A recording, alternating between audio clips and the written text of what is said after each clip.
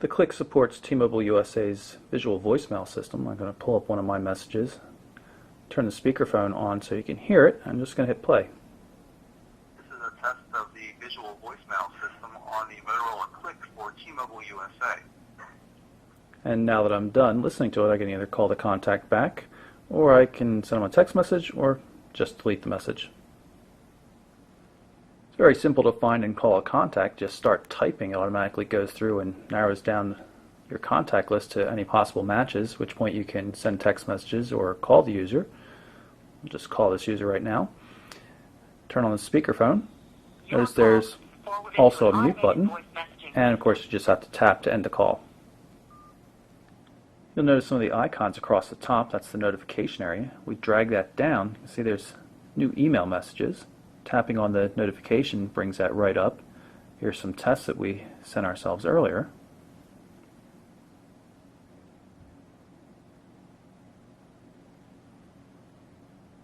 Full regular Gmail client, just like you see in other devices.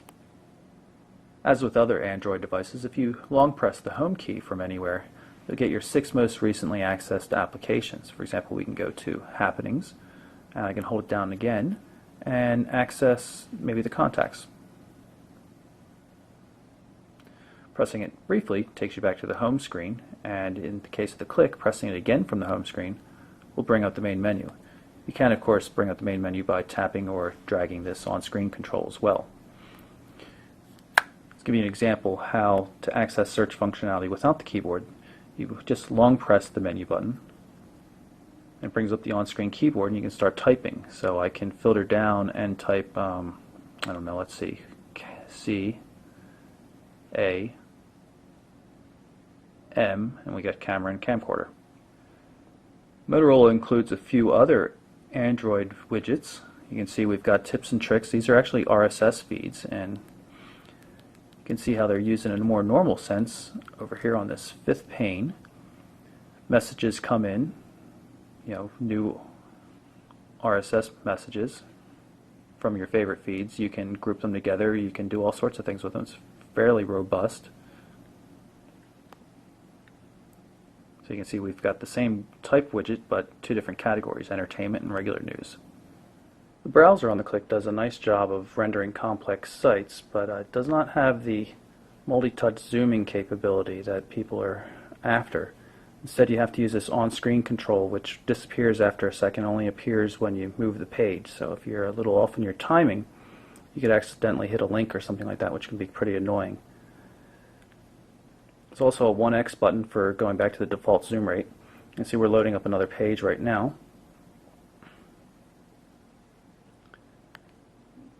And it also supports Windows. So we have multiple windows open. We can tap over to this story about the recent Sidekick data failure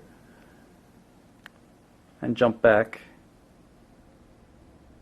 to the mobile burn page. Now there's no proper flash support on this, so you're not going to be able to watch YouTube videos from inside web pages like you can on the HTC Hero, but the browser is still pretty good nonetheless.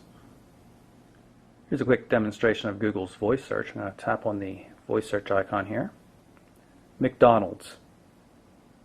It's going to analyze what I said and then load it up in the browser. Should also give us some local results based on the current location of the phone. I can hit Get Directions here, pull it up in Google Maps, and hopefully get directions from right where I am. I'm going to pull up the music application, show you how it works. It organizes everything by artist, album, track name, that kind of stuff. Pick an album, pick a track off of it, and start playing it. And since the phone has a 3.5mm headphone jack, it's really convenient to use any normal headphones that are just lying around the house. Pull up the menu so you can see what else is available. Party shuffle mode, you can use this as a ringtone, create new playlists, and of course go back to the library. I've got the camera loaded right now, and see it works in both landscape and portrait modes. Easy to use, just press the button halfway, get the green indicators for focus, press it all the way to take the photo, Then the recently captured photo will show up in the bottom right hand corner. Just tap on it and we can see it.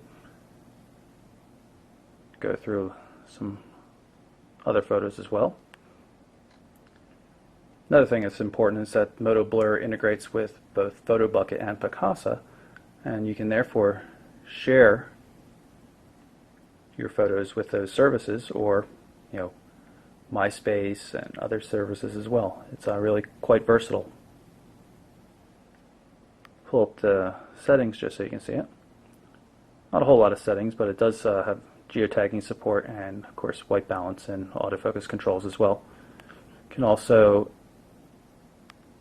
activate the camcorder mode. Start the camcorder by pressing the button. Now we're recording. We'll just move around a bit so you can tell it's working. Stop it and access it, and we'll tap on play here. Now we're recording. And now you can see the video.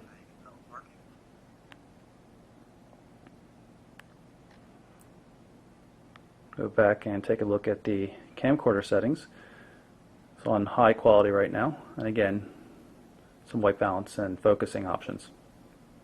I've been very pleased in general with MotoBlur on the Click, but there are some UI issues that aren't necessarily related to blur that have been bothering me. For example, I'm going to drag this alarm clock icon off to the right here where the trash icon will show up so as I can remove it. And you'll notice that while doing that, I will often be able to dump it and it's gone, but I've moved to the next screen. Just kind of annoying. It's not a deal breaker. Also, the screen's not as responsive as some. More often than not, when I'm doing swipes, I'm opening up an application. Not more often than not, but too often, I suppose, is what you would say. And that gets to be a little tiring.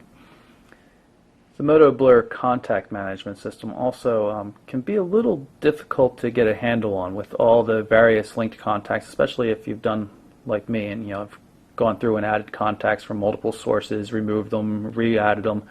Sometimes the linked contacts get a little complicated. It's a little bit messy. It needs to be cleaned up a bit. But in general, everything on the device works pretty well, and I've been very, very happy with it. I really love the keyboard. It's really a dynamite keyboard and I'm really happy that it's a nice, solid Android device. Still some work that could be done to it to improve it, but I think Motorola has done a really fine job with the Click so far.